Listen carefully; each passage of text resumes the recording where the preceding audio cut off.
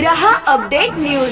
भुसावळ शहरातील शिरपूर कन्हाळा रोडवरील घोडेपीर बाबा दर्गा परिसरात गावठी पिस्टल आणि जिवंत काडतूस बाळगणाऱ्या आरोपीला भुसावळ बाजारपेठ पोलीस स्टेशनच्या डीबी पथकाने जेरबंद केले आहे। या कारवाईत सुमारे 41,000 रुपयांचा मुद्देमाल जप्त करण्यात आला आहे।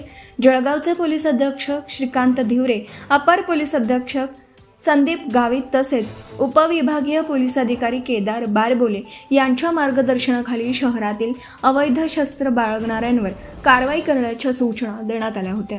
पोलीस निरीक्षक राहुल वाघ यांच्या मार्गदर्शनाखाली डीबी पथकाला गुप्त माहिती मिळाली होती। एक इसम गंभीर गुन्हा करण्याच्या उद्देशाने गावठी कट्टा आणि जिवंत काडतूस घेऊन घोडेपीर बाबा दर्गा परिसरात येणार आहे। त्यानुसार पोलिसांनी सापळा रचून संशयित आरोपी अरसद अली आझाद नगर बुरहानपूर मध्य प्रदेश याला ताब्यात घेतला।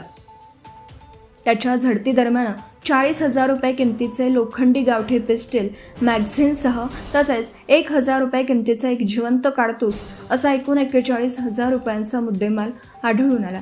चौकशी दरम्यान आरोपीने सदर गावठी कट्टा मोहम्मद राझिक राहणार मुस्लिम कॉलनी भुसावळ याने ठेवण्यासाठी दिल्याची माहिती पोलिसांना दिली।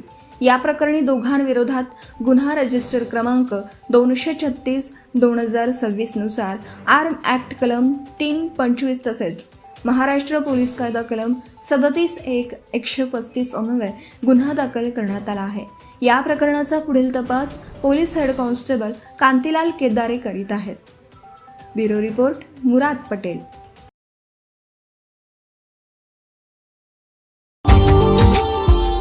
Subscribe now and press the bell icon. Never miss an update.